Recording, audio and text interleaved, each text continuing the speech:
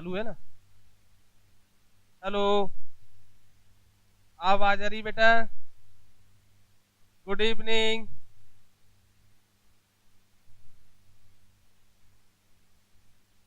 सारे बच्चे जल्दी से आ जाइए।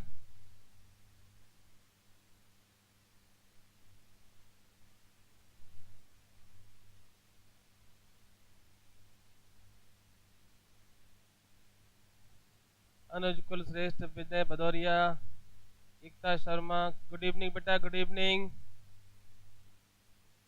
जल्दी सारे बच्चे बेटा आ जाओ, क्लास स्टार्ट करें।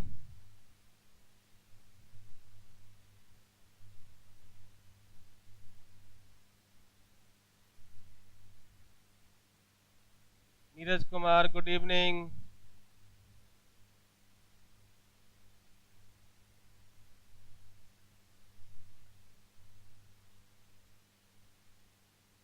चलिए तो स्टार्ट करें बेटा क्लास।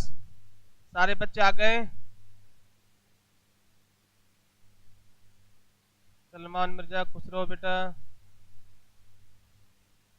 चलिए तो अपन आगे चलते हैं। तो स्टार्ट में बेटा कुछ क्वेश्चंस हो जाएं, जल्दी बोलो।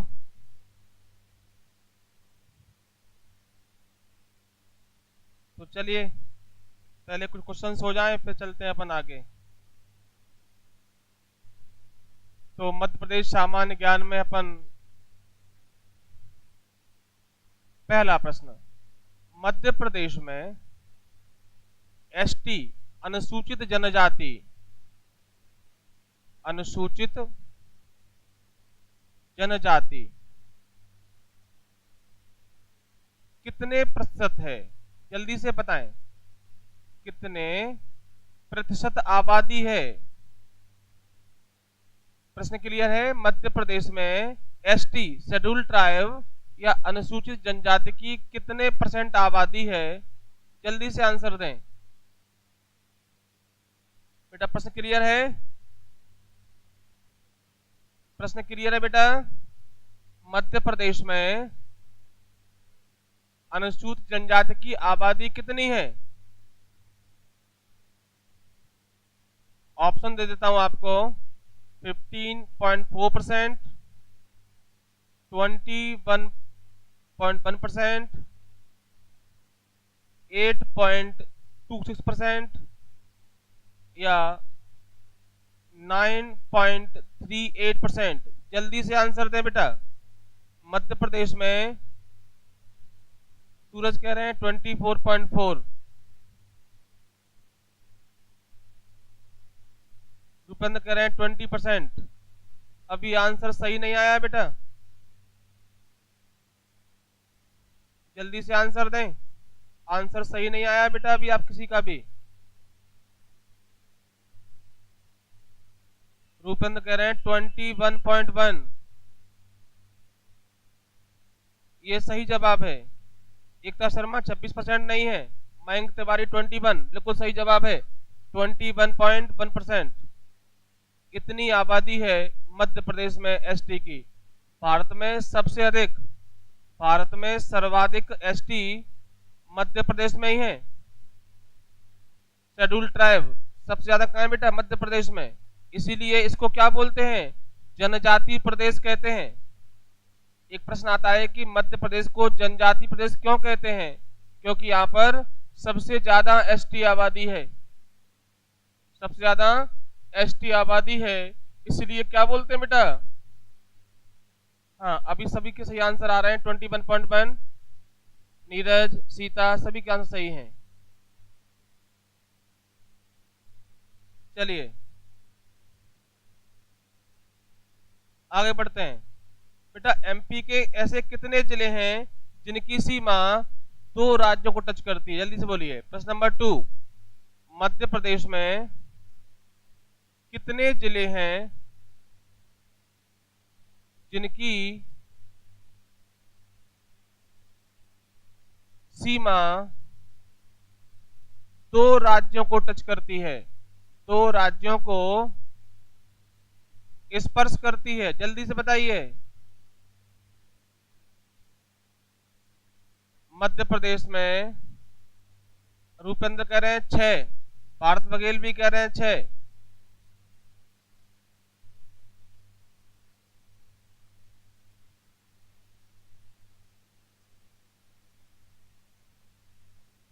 सूरज 24.4% पूरे देश का भी नहीं है। क्या साफ दिख रहा है उसमें? साफ दिख रहा है उसमें, देखो जरा, कई बार चमकता है ये।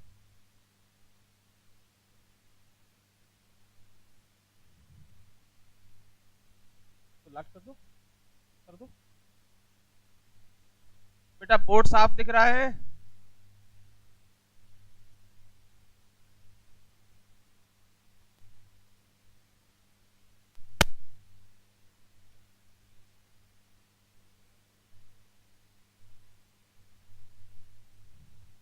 अब ठीक, अब ठीक क्लियर दिख रहा है बेटा? ठीक है, ओके। तो चलिए आज फिर नया टॉपिक स्टार्ट करते हैं, मध्य प्रदेश का भौगोलिक विभाजन। मध्य प्रदेश का भौगोलिक विभाजन आज पढ़ेंगे अपन।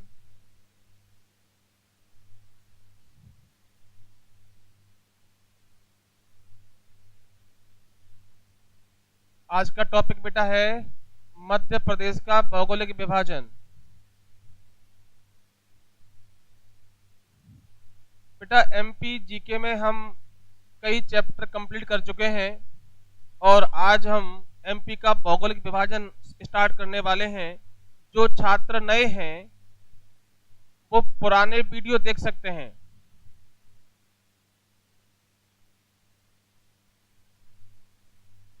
भौगोलिक विभाजन, मध्य प्रदेश का भौगोलिक विभाजन।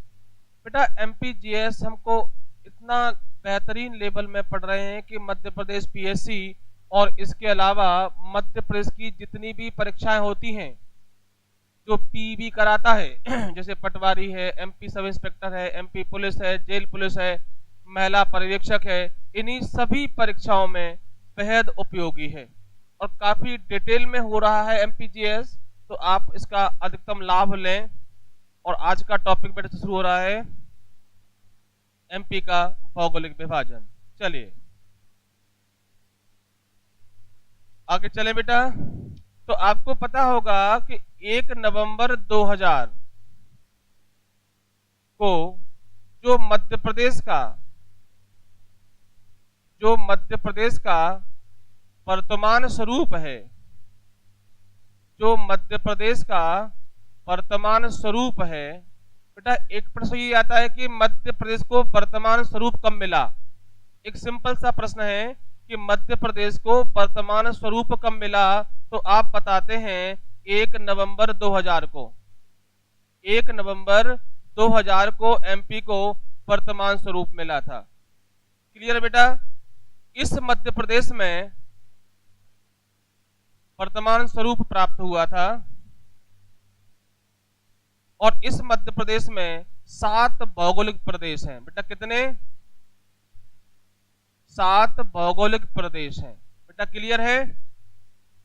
एक प्रश्न है कि वर्तमान में मध्य प्रदेश को कितने भौतिक भागों में या प्राकृतिक भागों में बांटा गया है, तो कुल 7 भौतिक प्रदेशों में बांटा गया है। ये वर्तमान एमपी का जो 1 नवंबर 2000 को शुरू जो हुआ उसमें।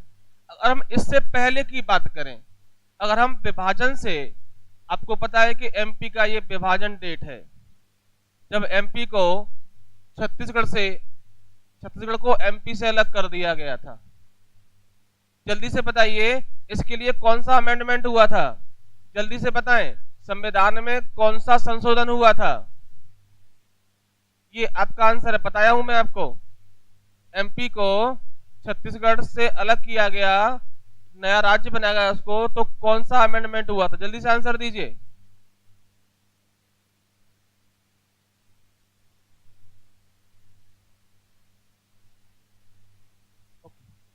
हाँ बेटा, तो प्रश्न क्लियर है? कौन सा अमेंडमेंट हुआ था, ये प्रश्न है बेटा। 87वां गलत जवाब। 7वां अमेंडमेंट ये भी गलत है। जल्दी से बताइए। छत्तीसगढ़ को सीता कह रही है 84, मयंक 84, बिल्कुल सही जवाब है। 84 अमेंडमेंट हुआ था, 84वां संविधान संशोधन। याद रखें बेटा। बेटा कौन सा प्रश्न कहां से निकल पड़े, यही तो महत्वपूर्ण है कि हम कहां से निकाल सकते हैं क्वेश्चंस को। चलिए, तो बेटा 7 भौगोलिक प्रदेश थे 1 नवंबर 2000 के बाद। इससे पहले कितने थे? 9। 9 भौतिक विभाग थे बेटा। कब? तो 2 जो हटा दिए गए वो कौन से थे बेटा? एक था महानदी बेसिन, एक था बेटा महानदी बेसिन, और दूसरा था दंडकारण्य का पठार। ध्यान रखें, ये 2 अलग कर दिए। कहां चले गए बेटा? छत्तीसगढ़ में। ये दोनों छत्तीसगढ़ में चले गए बेटा। क्लियर है? अगर प्रश्न आता है कि विभाजन से पहले मध्य प्रदेश को कितने प्राकृतिक या भौतिक भागों में बांटा गया था, तो आप बताएंगे 9। और विभाजन के बाद कितने भाग बचे हैं? 7। क्लियर है? बोलो बेटा, क्लियर है यहां तक? गीतम श्री बाप, राधे राधे बेटा, राधे राधे बेटा। क्लास समझ में आ रही है कि विभाजन से पहले मध्य प्रदेश में कितने भौतिक भाग थे? 9 थे। अब कितने हैं? 7 हैं। क्लियर है? अब जो 7 हैं तो वो 2 कौन से चले गए, तो उनके नाम लिखे हुए हैं। एक है महानदी बेसिन और दूसरा है दंडकारण्य का पठार। क्लियर है बेटा यहां तक? अभी हमने कुछ भी नहीं किया, केवल 9 थे, 7 रह गए हैं। तो वो 2 कौन से कम हुए हैं, उनके मैंने नाम लिख दिए हैं। क्लियर है बेटा? आगे चलें, यहां तक कोई दिक्कत? चलिए तो फिर आगे चलते हैं।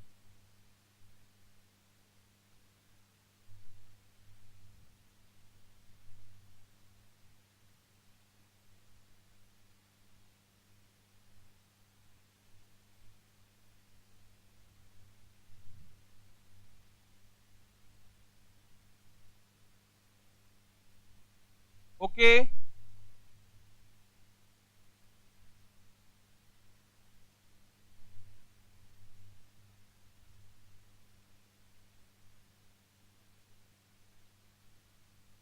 चलिए अपन चलते हैं आगे। अब बेटा जो मध्य प्रदेश है वो दक्षिण के पठार का ही भाग माना जाता है।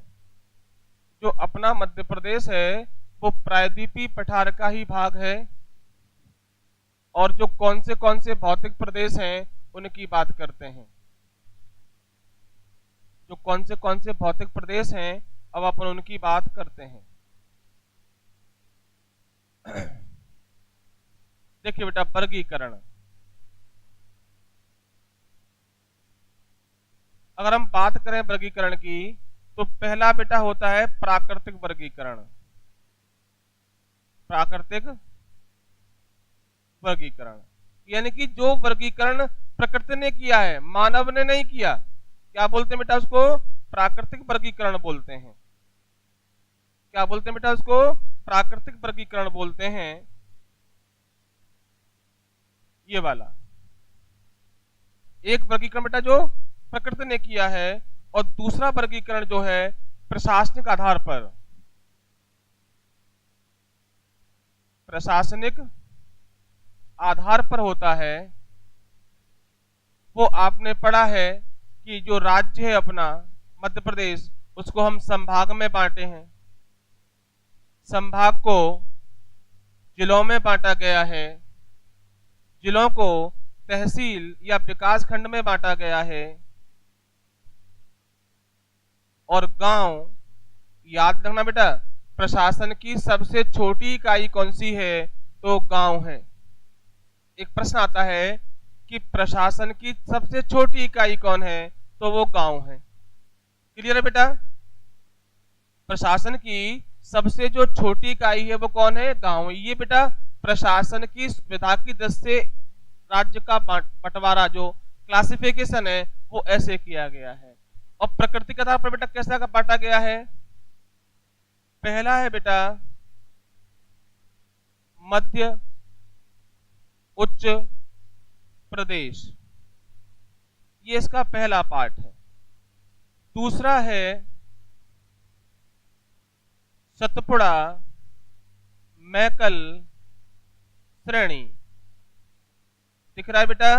और तीसरा है पूर्वी भाग या बोलते हैं बघेलखंड का पठार। बेटा क्या बोलते हैं? बघेलखंड का पठार। क्लियर है? यानी कि एक सिंपल सा प्रश्न है कि मध्य प्रदेश को मुख्य रूप से, बेटा दो प्रश्न आपको याद रखने, दोनों प्रश्न एमपीपीएससी और एसआई में पूछे गए हैं। मुख्य रूप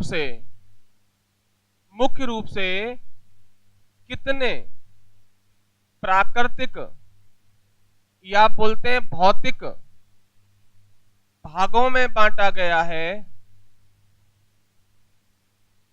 एक प्रश्न बेटा ये है, मध्य प्रदेश को मुख्य रूप से कितने भौगोलिक भागों में बांटा गया है? तो आंसर आएगा 3।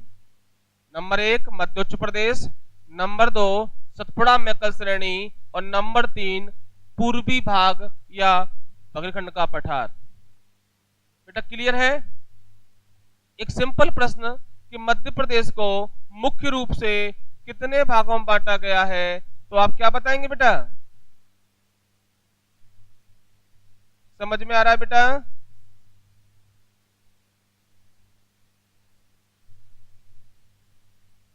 चलिए आगे बढ़ते हैं। अगर यहां पूछता है मुख्य रूप से, अगर यहां पूछता है कि मध्य प्रदेश को कुल कितने भौतिक प्रदेशों में बांटा गया है,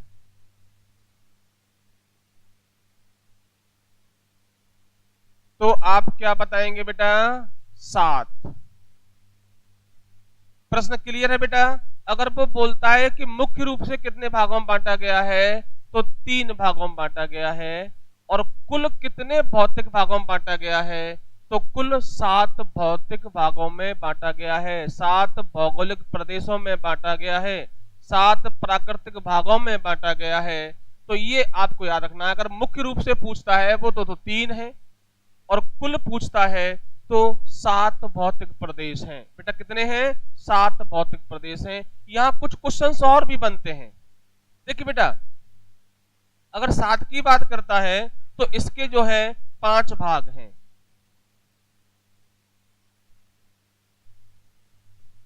दिख रहा है बेटा? इसे बोलते हैं पहला मध्य भारत का पठार। पहला पार्ट कौन सा आता है बेटा? मध्य भारत का पठार। दूसरा है बुंदेलखंड का पठार। तीसरा है नर्मदा सोन घाटी। दिख रहा है बेटा? चौथा है मालवा का पठार और रीवा पन्ना का पठार।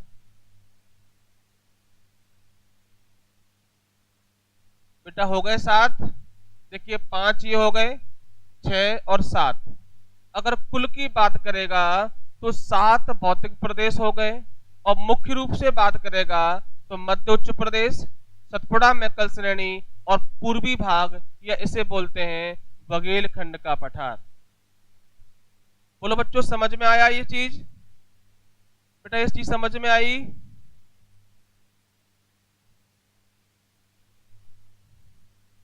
हाँ बोलो।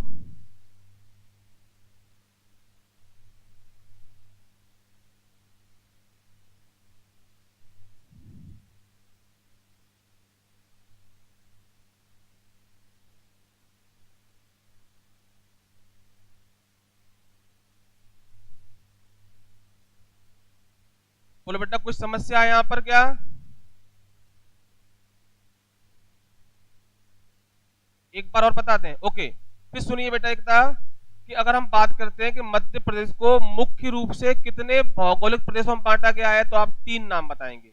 नंबर 1 मध्योच्च प्रदेश, नंबर 2 सतपुड़ा मैकल श्रेणी, और नंबर 3 पूर्वी पठार या बघेलखंड का पठार। अगर बात करते हैं कि एमपी को कुल कितने भौतिक प्रदेशों में बांटा गया है, तो कुल आएंगे 7। एक मध्य भारत का पठार, बुंदेलखंड का पठार, नर्मदा सोन घाटी, मालवा का पठार, रीवा पन्ना का पठार, सतपुड़ा मेकल श्रेणी और बगलखंड का पठार। क्लियर है बेटा? अब कोई समस्या? सीता, एकता, अब ठीक है बेटा, बताते जाइए। अब इसमें एक प्रश्न और सुनिए। इन 7 जो भाग हैं, जो 7 भौगोलिक भाग हैं, उनमें सबसे बड़ा भौगोलिक भाग कौन सा है? जल्दी से बताइए, सबसे बड़ा भौगोलिक भाग कौन सा है? एक प्रश्न है।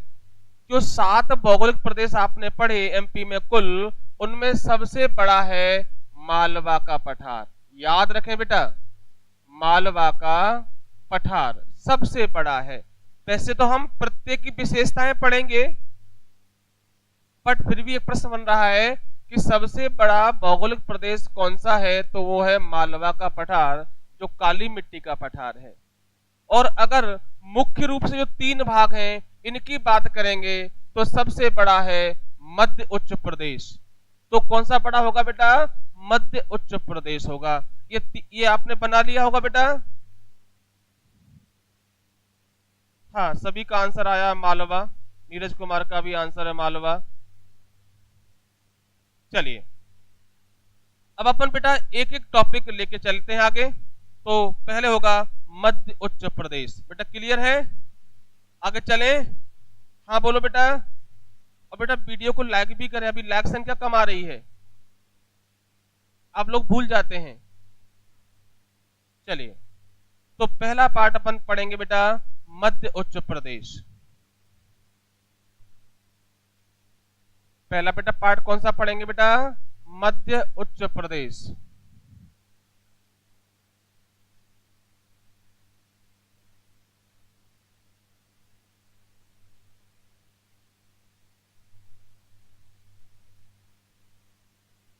बेटा क्या नाम है? मध्य उच्च प्रदेश। ये पहला भाग है जो हम स्टार्ट कर रहे हैं, मध्य उच्च प्रदेश। ओके बेटा, ये जो भाग है मध्य प्रदेश के 2/3 या बोले परसेंट, कितना बेटा? 66% भाग पर फैला हुआ है या विस्तृत है। बेटा क्लियर है? मुख्य रूप से जो 3 भाग हैं, उनमें सबसे बड़ा मध्य उच्च प्रदेश है, जो कुल क्षेत्रफल का कितना बेटा? 2/3 या 66% क्षेत्र पर फैला हुआ है। क्या बोलते हैं बेटा? मध्य उच्च प्रदेश कहते हैं। इसका निर्माण आर्कियन, बेटा जो चट्टाने हैं आर्कियन और धारवाड़ क्रम की चट्टानों से हुआ है। क्लियर बेटा? इसका जो निर्माण कैसे हुआ है? आर्कियन और धारवाड़ क्रम की जो चट्टानें थी, उनसे इसका निर्माण हुआ है।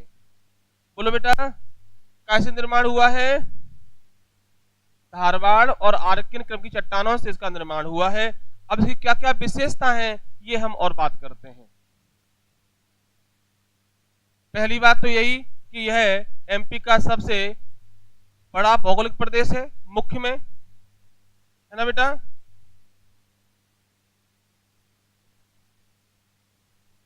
बोलो, क्लियर है बेटा? और ये कितने भागों में डिवाइड था? 5 भागों में। ये हम पढ़े थे कि ये कुल 5 भागों में डिवाइड है, कुल 5 भागों में डिवाइड था। कौन सा था बेटा? सुन लीजिए फिर एक बार।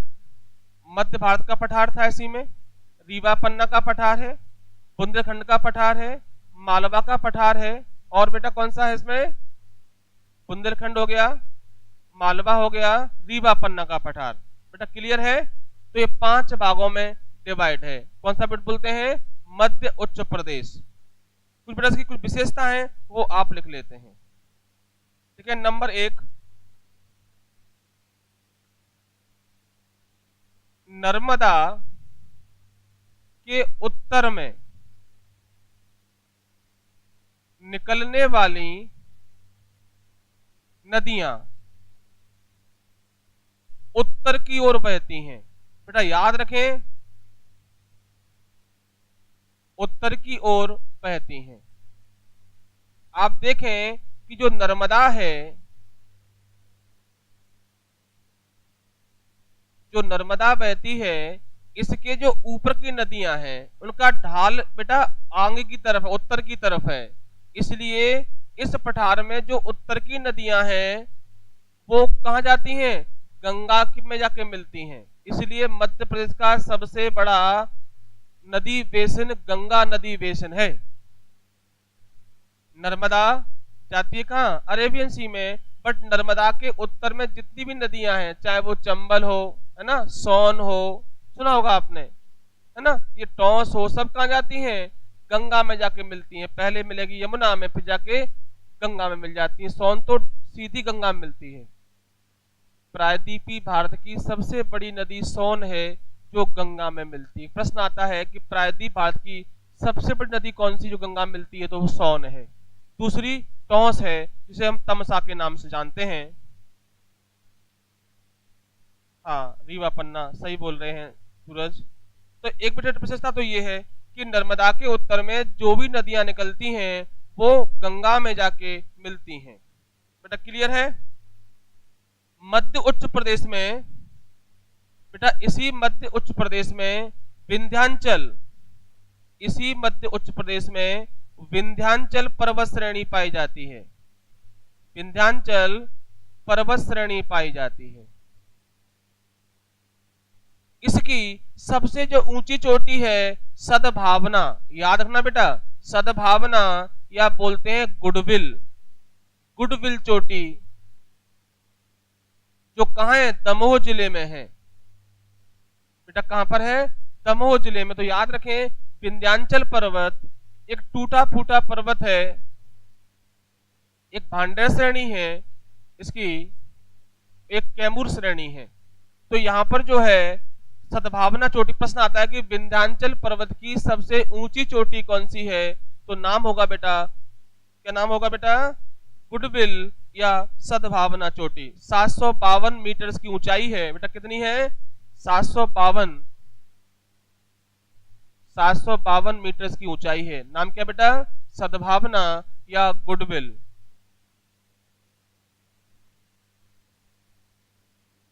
एक प्रश्न आता है, कई बार पूछा गया है कि विंध्याचल पर्वत का हाईएस्ट पॉइंट कौन सा है?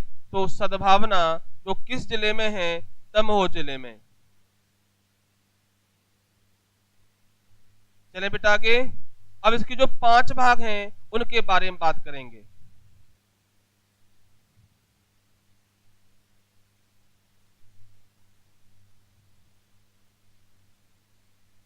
नंबर 1 बेटा कौन सा है? मध्य भारत का पठार, मध्य भारत का पठार। बेटा इसे एक नाम और भी है, चंबल उपाद्र प्रदेश भी कहते हैं। ध्यान रखें, इसे चंबल उपाद्र प्रदेश भी कहते हैं। ये जो है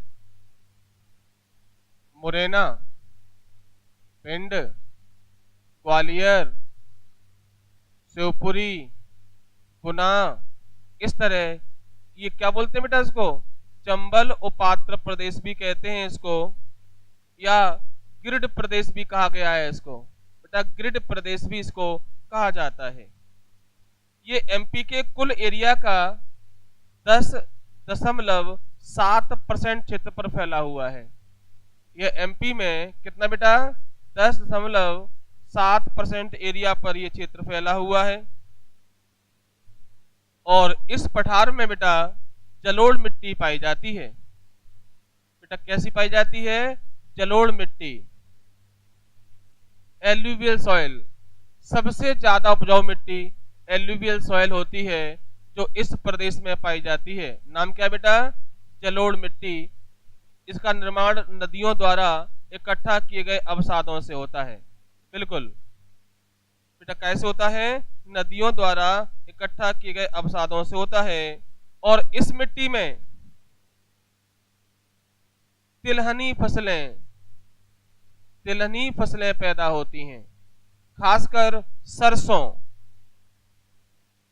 तो याद रखें, मध्य प्रदेश में सबसे ज्यादा सरसों उत्पादक जिला कौन सा है? तो आप बताएंगे मुरैना। बेटा मुरैना को सरसों उत्पादक जिला कहा जाता है। बेटा क्या बोलते हैं? सरसों उत्पादक जिला कौन सा? बेटा मुरैना है। एक प्रश्न आता है कि मध्य प्रदेश में सरसों उत्पादक जिला कौन सा है? तो नाम आएगा मुरैना। और सरसों को बेटा क्या बोलते हैं? पीला सोना। पीला सोना भी कहा जाता है सरसों को। तो मध्य भारत के पठार में जलोढ़ मिट्टी पाई जाती है। बेटा क्या पाई जाती है? जलोढ़ मिट्टी पाई जाती है। आगे बढ़ते हैं। इस पठार में जो औसत वर्षा है, जो वर्षा का औसत है, औसत वर्षा वो 75 सेंटीमीटर। बेटा कितनी? 75 सेंटीमीटर पाई जाती है। बेटा कितनी होती है? 75 सेंटीमीटर वर्षा होती है इस पठार में। अब बेटा आपके लिए एक प्रश्न है कि मध्य प्रदेश में सबसे कम वर्षा कहां होती है? मध्य प्रदेश में सबसे कम वर्षा किस जिले में होती है? जल्दी से बताएं। सबसे कम वर्षा किस जिले में होती है?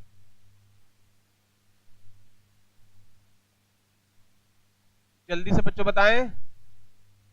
ये आपका प्रश्न है कि मध्य प्रदेश में सबसे कम वर्षा किस जिले में होती है? जल्दी से आंसर दें। ये कह रहे हैं भिंड गोहद। सूरज चौरसिया कह रहे हैं कि भिंड के गोहद में। बिल्कुल सही जवाब है बेटा सूरज। यहां पर 55 सेंटीमीटर वर्षा होती है। बेटा कितनी?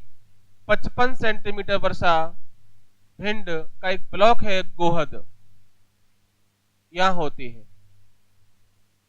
और अगर इस तरह पूछें कि मध्य प्रदेश में सर्वाधिक वर्षा किस जिले में होती है? अब क्या आंसर देंगे आप? किस जिले में होती है? जल्दी से आंसर दो। मध्य प्रदेश में सर्वाधिक वर्षा किस जिले में होती है? अब आंसर बेटा क्या देंगे आप? जल्दी से बोलें। बेटा हाँ, भिंड हो गया। भरत का भी आंसर भिंड है, विनय का भी है, सूरज का भी है। सीता कह रही है होशंगाबाद। जल्दी से आंसर दें। मध्य प्रदेश में सबसे ज्यादा वर्षा किस जिले में होती है? विनय कह रहे हैं पचमढ़ी, होशंगाबाद। जल्दी से और आंसर दें। अभी आंसर सही नहीं है। मेरा प्रश्न सुने, मध्य प्रदेश में सबसे ज्यादा वर्षा किस जिले में होती है? अभी आंसर पचमढ़ी होशंगाबाद आ रहा है। जल्दी से सब बच्चे बताएं कि एमपी में सबसे ज्यादा वर्षा किस जिले में होती है? अभी आंसर प्रॉपर नहीं आया है, होशंगाबाद आ रहा है।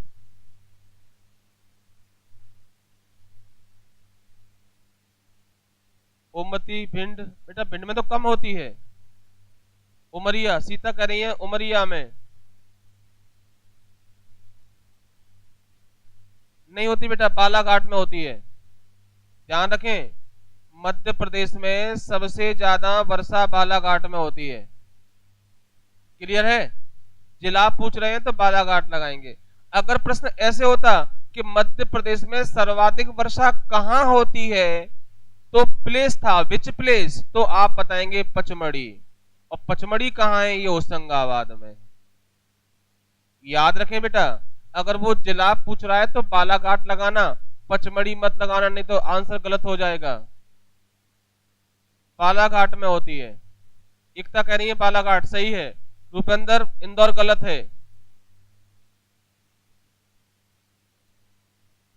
चलिए आगे बढ़ते हैं। चलिए और क्या विशेषता है बेटा? पठार की और भी विशेषता है, सुनिए बेटा। मध्य भारत का जो पठार है, इसका जो ढाल है बेटा, ढाल कैसा है? उत्तर की ओर है। कैसा बेटा? उत्तर की ओर है। इसलिए इस पठार की सब नदियां उत्तर की ओर बहती हैं। प्रश्न क्लियर है?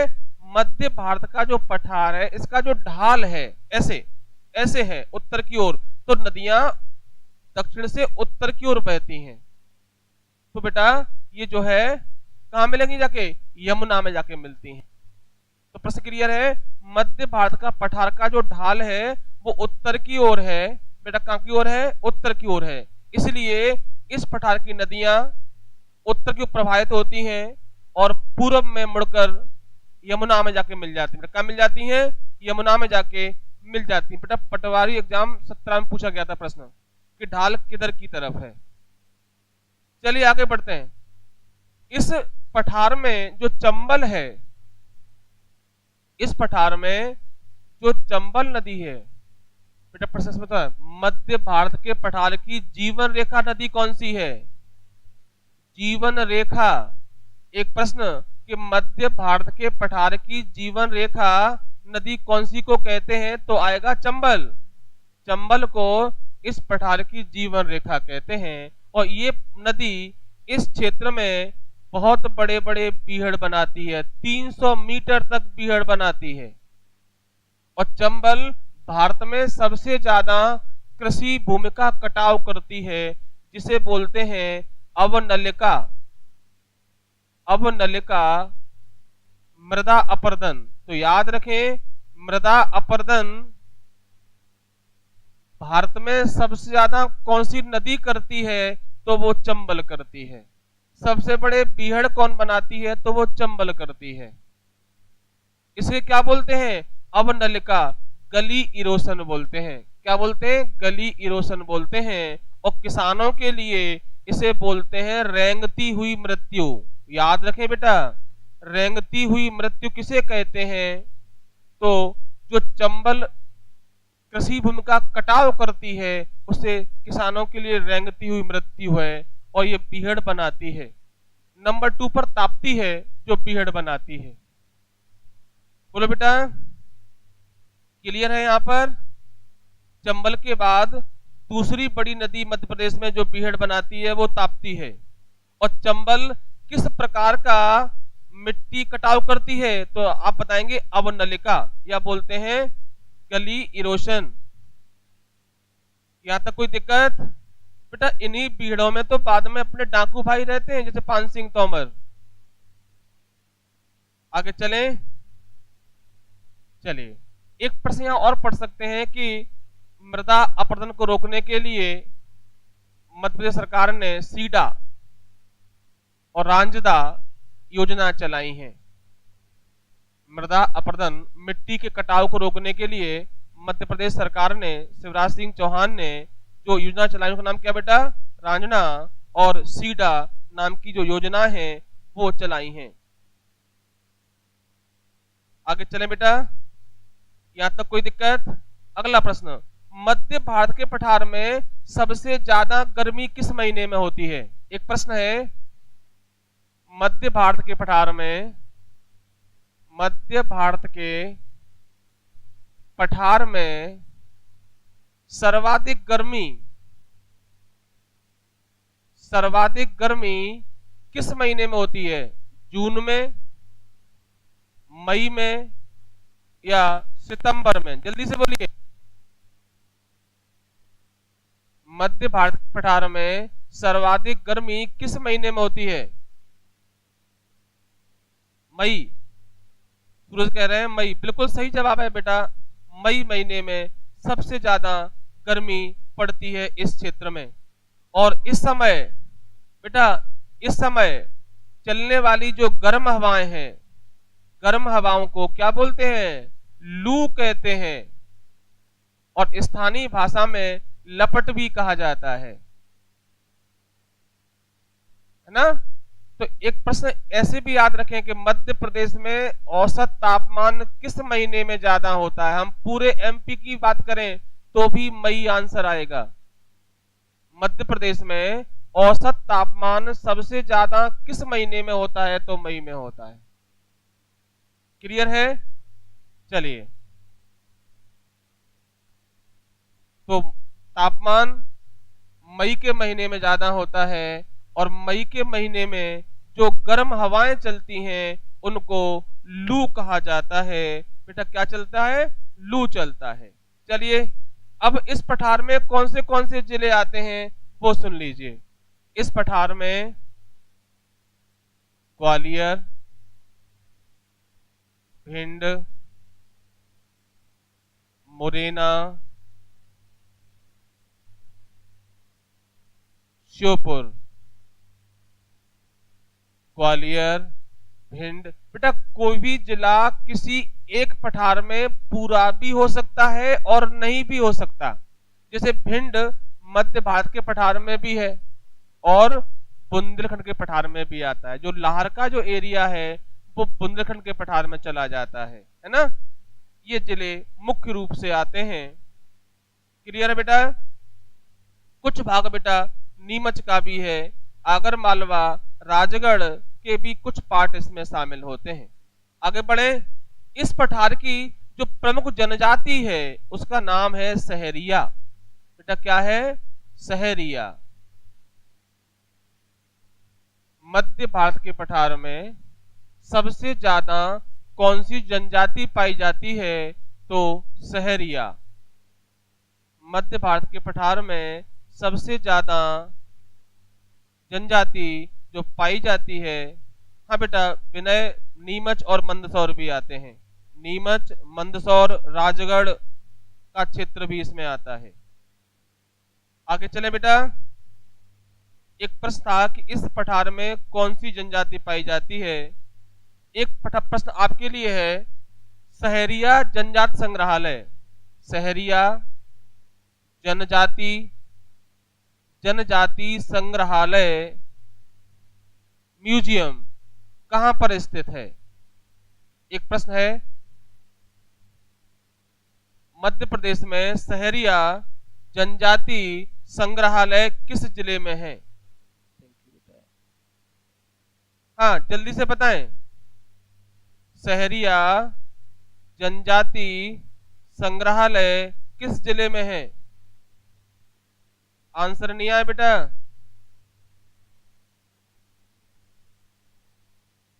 श्योपुर जिले में है। बेटा क्लियर है? कहां पर है? श्योपुर जिले में। बच्चा लाइक नहीं लगा रहे हो, क्या बात है? लाइक तो बहुत कम है, जल्दी से लाइक करिए। लाइक करना भूल जाते हैं आप लोग, जल्दी से लाइक करो।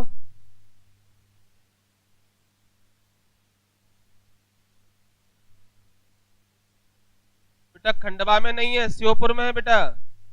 जनजाति संग्रहालय, सहरिया जनजाति संग्रहालय बेटा श्योपुर में है, याद रखना।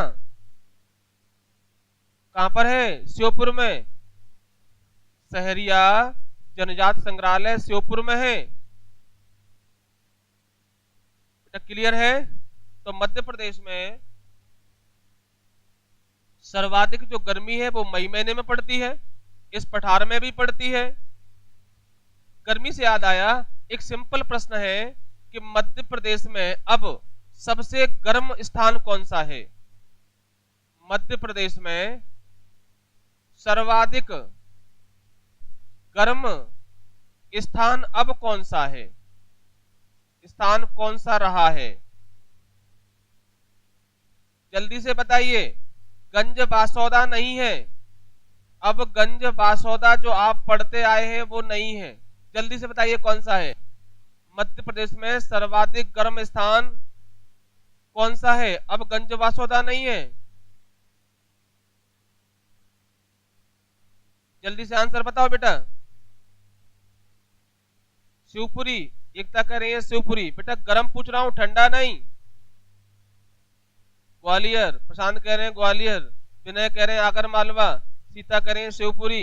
बेटा शिवपुरी ठंडा स्थान है, गर्म नहीं है। तो याद रखे नौगांव, छतरपुर। अब गंज बासौदा नहीं है, अब हो गया है नौगांव। छतरपुर। 2019 में ये चेंज हो गया। पहले गंज वासोदा था बिरसा वाला, अब एमपी का सबसे गर्म स्थान हो गया है नौगांव छतरपुर। यहाँ तापमान गंज वासोदा से ज्यादा रहा था, यहाँ तापमान गंज वासोदा से अधिक रहा था। मतलब ग्वालियर नहीं है। और अगर हम बात करें कि औसत गर्म जिला कौन सा है, यहाँ तो एक बार तापमान रहा, नौगांव छतरपुर में एक दिन तापमान 49 तक पहुंच गया, तो हमने कहा कि एमपी में सर्वाधिक गर्म जिला। अगर हम बात करें कि मध्य प्रदेश में सर्वाधिक औसत गर्म जिला, तो बेटा आएगा बड़वानी। कौन सा आएगा? बड़वानी आंसर आएगा। औसत की बात करेंगे और एक बार गर्म रहा था, वो नाम है छतरपुर का नौगांव 2019। बोलो बच्चों, समझ में आ रहा है? क्लियर है? कोई दिक्कत है बेटा क्या यहां तक बता दीजिए। अभी आप लोग लाइक नहीं किए यार, जल्दी से लाइक करिए, संख्या कम होती जा रही लाइक की।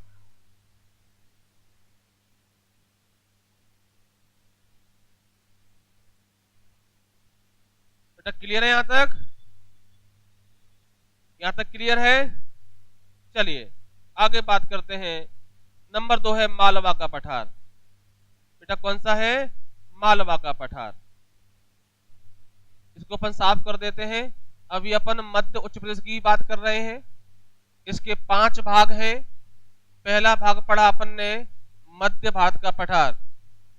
मध्य भारत का पठार, इसे चंबल का उपांतर प्रदेश भी कहते हैं। यहाँ की प्रमुख नदी चंबल है, अभी पढ़े अपन। और चंबल को मध्य भारत के पठार की जीवन रेखा भी कहते हैं। क्या बोलते हैं बेटा?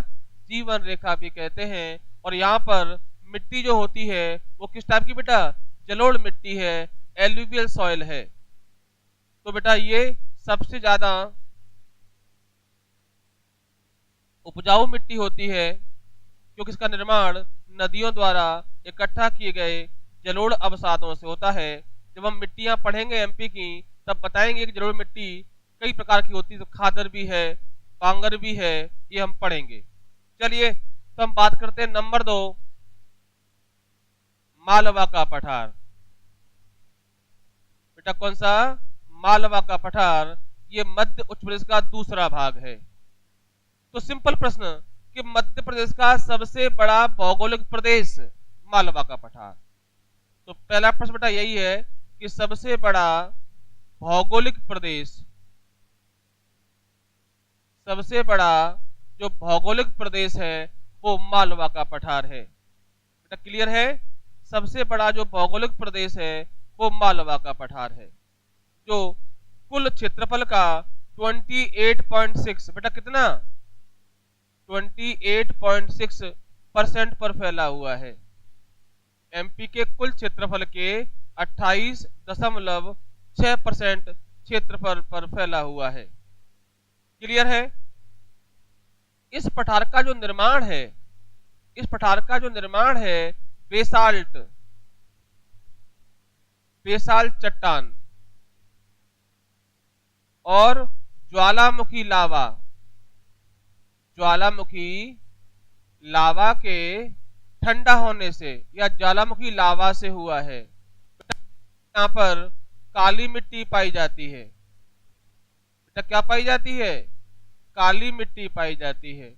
एक प्रश्न है कि मालवा का पठार जो है इसका निर्माण कैसे हुआ है? तो ज्वालामुखी चट्टानों के ठंडा होने से इसका निर्माण हुआ है।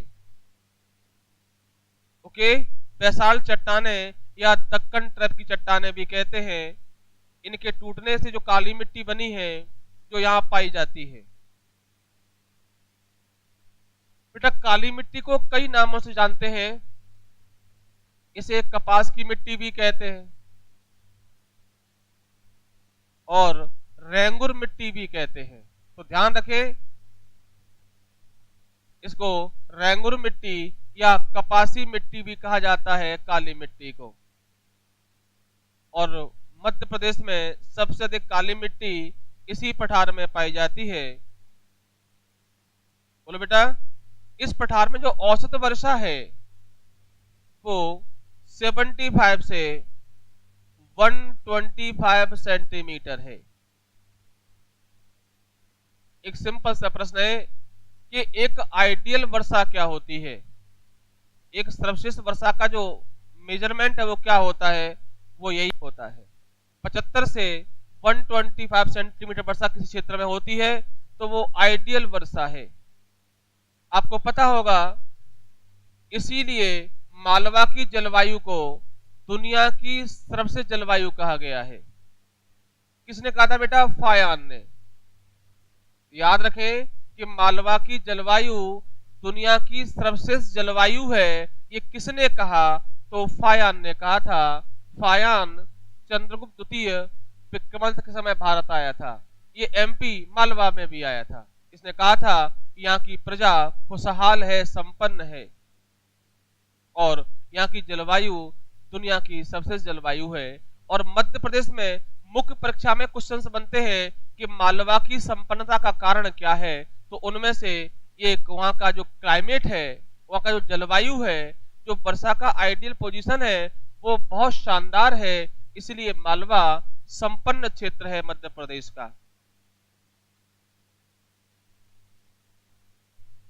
बोलो बच्चों, क्लियर है? चलिए बेटा, आज क्लास अपन यही रखेंगे। इस पठार के बारे में कल चर्चा करेंगे। ठीक है बच्चों? तो बेटा क्लास आपको ये जो आज भौगोलिक विभाजन पढ़े हैं वो मुख्य रूप से 3 भाग है, कुल 7 पार्ट है, जिसमें हम मध्य उत्तर प्रदेश के बारे की विशेषताएं पढ़े, फिर हम मध्य भारत का पठार पढ़े, मालवा का पठार अभी हम पढ़ रहे हैं, इसके बाद बुंदेलखंड का पठार है, नर्मदा सोन घाटी है और रीवा पन्ना का पठार है। तो ये पार्ट पूरा हो जाएगा। फिर हम सतपुड़ा मैकल श्रेणी के बारे में बात करेंगे। सतपुड़ा मैकल श्रेणी जो है इस तरह फैला हुआ है। ये आपका मैकल आ जाएगा। ये आपका मध्य भाग है जहां पर आपका पता होगा धूपगढ़ है और महादेव पर्वत श्रेणी की हाईएस्ट पॉइंट धूपगढ़ है आपका। और ये इसको बोलते हैं बड़वानी की पहाड़ी।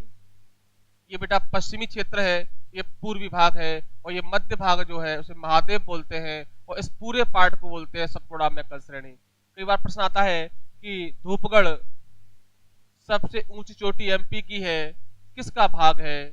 बड़वानी पहाड़ी का, महादेव पर्वत का या मैकल पर्वत का, है ना? तो महादेव पर्वत का हाईएस्ट पॉइंट है। तो ये हम चर्चा बेटा कल करेंगे। आज आपको क्लास समझ में आई है ना? तो कमेंट करें और वीडियो को लाइक भी करें। और अगर आप नए छात्र हैं तो पुराने वीडियो भी देखें। एक श्रृंखला है पूरे एमपी सामान्य ज्ञान की, तो आप देखते हुए आएंगे तो काफी अच्छा महसूस होगा आपको। चलिए कल मिलते हैं। गुड नाइट, शुभ रात्रि।